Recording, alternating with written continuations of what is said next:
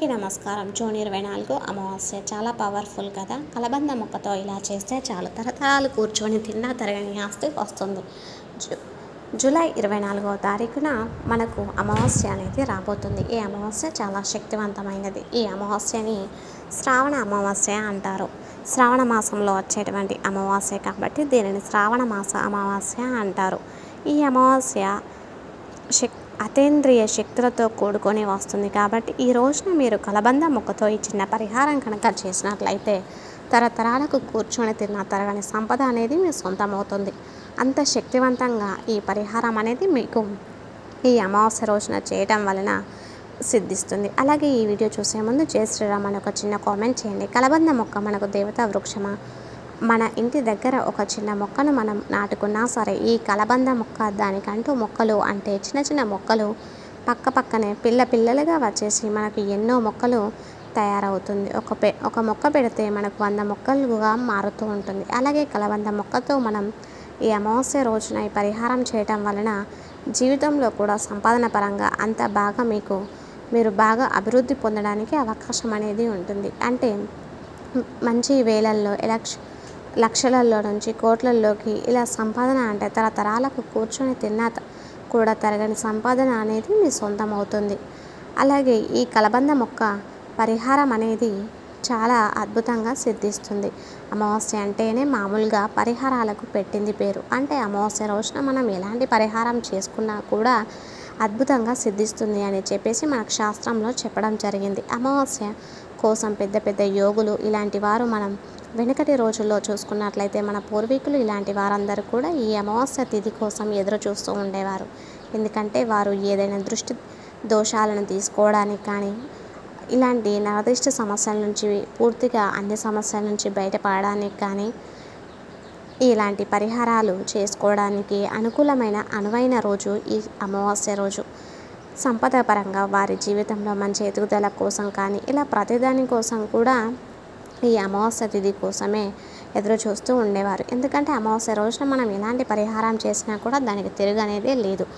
ఖచ్చితంగా దానికి 100కు 100% రిజల్ట్ అనేది వచ్చి తీరుతుంది. కాబట్టి ఈ రోజున మీరు కలబంద మొక్క పరిహారం అనేది ఈ అమావాస్యకు సమానమైనది. అలాగే ఇలా అద్భుతంగా సిద్ధిస్తుంది. కాబట్టి చక్కగా ఈ పరిహారాన్ని అనేది ప్రతి ఒక్కరూ చేసుకోండి. ఇది కొన్ని నియమాలతో చేయాల్సి ఉంటుంది. అది ఎలా చేయాలి, ఎప్పుడు చేయాలి అనేది ఇప్పుడు ఈ వీడియోలో మనం తెలుసుకుందాం.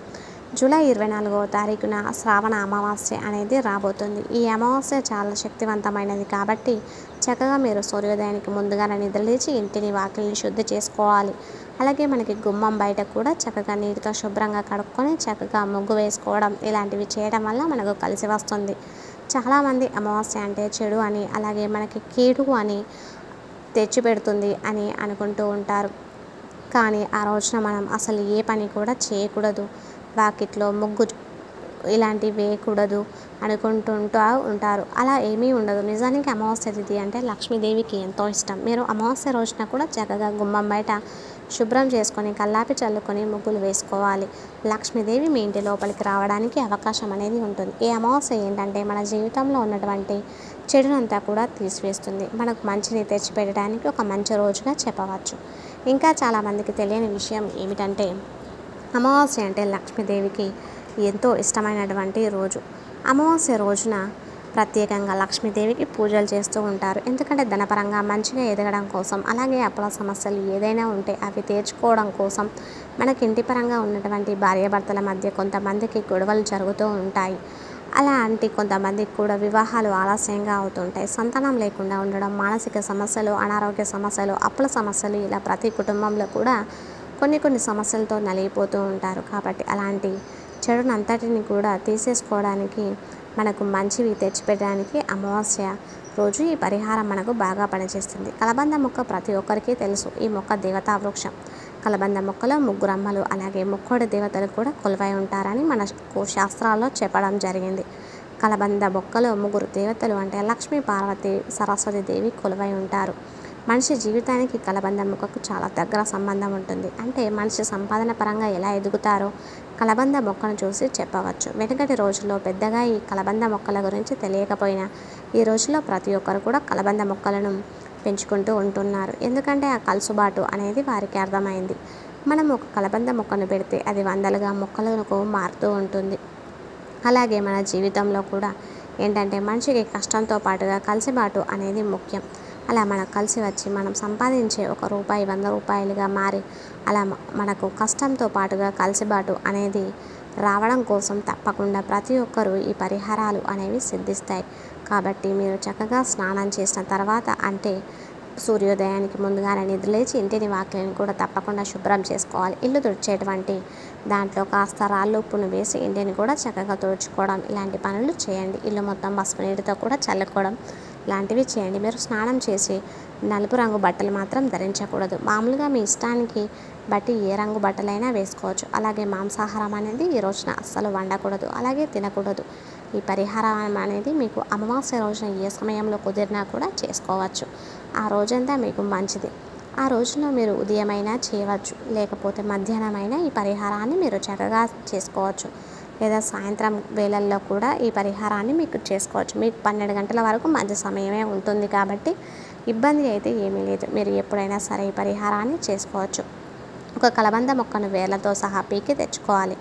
మీకు ఇంట్లో ఉంటే పర్వాలేదు, మా దగ్గర కలబంద లేదు అని అనుకుంటే మీ ఇంటి పక్క ఎక్కడో ఒక చోట ఉంటుంది. లేదా ఎవరినైనా అడిగి అయినా మీరు ఆ కలబంద మొక్కను తెచ్చుకోండి. ఈ పరిహారానికి చిన్న అంటే చిన్న కలబంద మొక్క అయినా పెద్ద కలబంద మొక్క అయినా పర్వాలేదు, సరిపోతుంది. మీ దగ్గర పెద్ద మొక్క ఉన్నా పర్వాలేదు. కాకపోతే ఏంటంటే వేర్లతో సహా కలబంద మొక్క అనేది మనకు ఈ పరిహారానికి ఉపయోగపడుతుంది. ఎందుకంటే వేర్లతో సహా ఉంటేనే ఈ మొక్కకి ప్రాణశక్తి అనేది ఉంటుంది. అప్పుడు మనం చేసే పరిహారం సిద్ధిస్తుంది. వేర్లు అంటే మన జీవితంలో మనిషికి మనసు అనేది ఎలా ఉంటుందో అలానే ఆ కలబంద మొక్క కూడా వేర్లతో సహా ఉన్నటువంటి మొక్కకి జీవశక్తి, ప్రాణశక్తి, దైవశక్తి అలాగే ప్రకృతి యొక్క శక్తి కూడా పుష్కలంగా ఉంటుంది.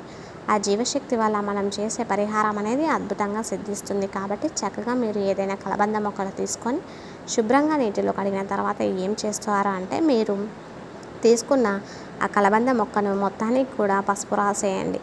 ఆ పసుపు అంతా కూడా మీరు ఆ మొక్కకు చక్కగా పూసేయాలి. ఆ తర్వాత ఆ మొక్కకు మీరు కుంకుమ బొట్లు కూడా పెట్టండి. మీరు 5 బొట్టులైనా 11 బొట్టులైనా అంతకన్నా ఎక్కువైనా సరే ఆ కలబంద మొక్కకు మీరు పెట్టుకోవచ్చు.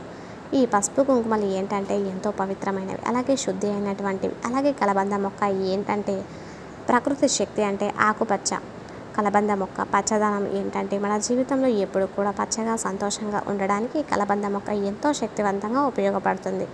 అలాగే పసుపు కుంకుమలు మనకు మంచిని తెచ్చిపెట్టడానికి, శుభాలను సూచించడానికి, చెడు ఏదైనా ఉంటే తీసివేయడానికి పసుపు కుంకుమలు చాలా శక్తివంతంగా ఉపయోగపడతాయి. అలాగే ఈ పసుపు కుంకుమలు చాలా మంగళకరమైన వస్తువులు, శుభకరమైన వస్తువులు. కాబట్టి చక్కగా మీరు తీసుకున్న కలబంద మొక్కకి పసుపు కుంకుమలు పెట్టుకోవాలి.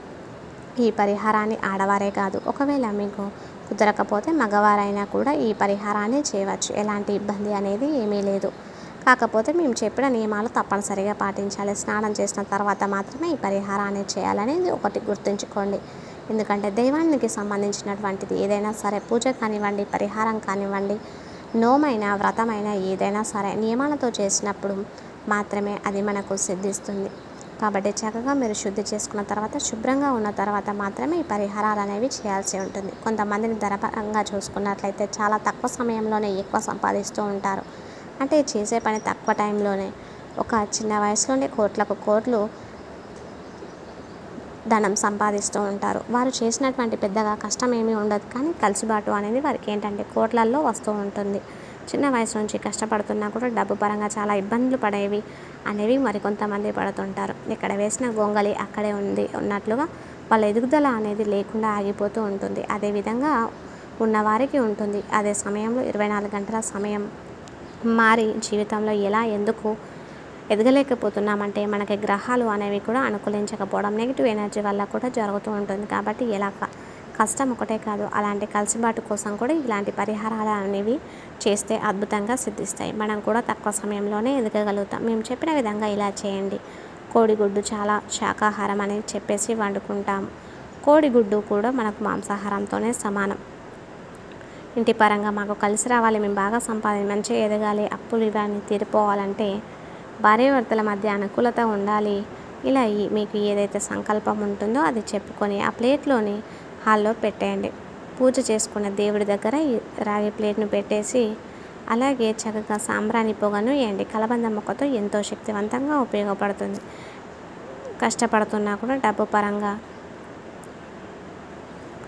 అలాగే నెగిటివ్ ఎనర్జీ వల్ల కూడా మనం చేసే కష్టం అనేది పోతూ ఉంటుంది. అలా మేము చెప్పిన విధంగా మీరు ఆ కలబంద మొక్కను మీ ఇంటి కుంభానికి కట్టుకోండి. ఇలా చేస్తే మీకు అంతా కలిసి వస్తుంది. వీడియో చూసారు కదా, నచ్చినట్లయితే ఖచ్చితంగా లైక్ చేసి మీ ఫ్రెండ్స్ అండ్ ఫ్యామిలీ మెంబర్స్కి షేర్ చేయండి. అలాగే మన ఛానల్ని సబ్స్క్రైబ్ చేసుకొని కామెంట్ బాక్స్లో జై శ్రీరామ్ అని తప్పకుండా కామెంట్ చేయండి.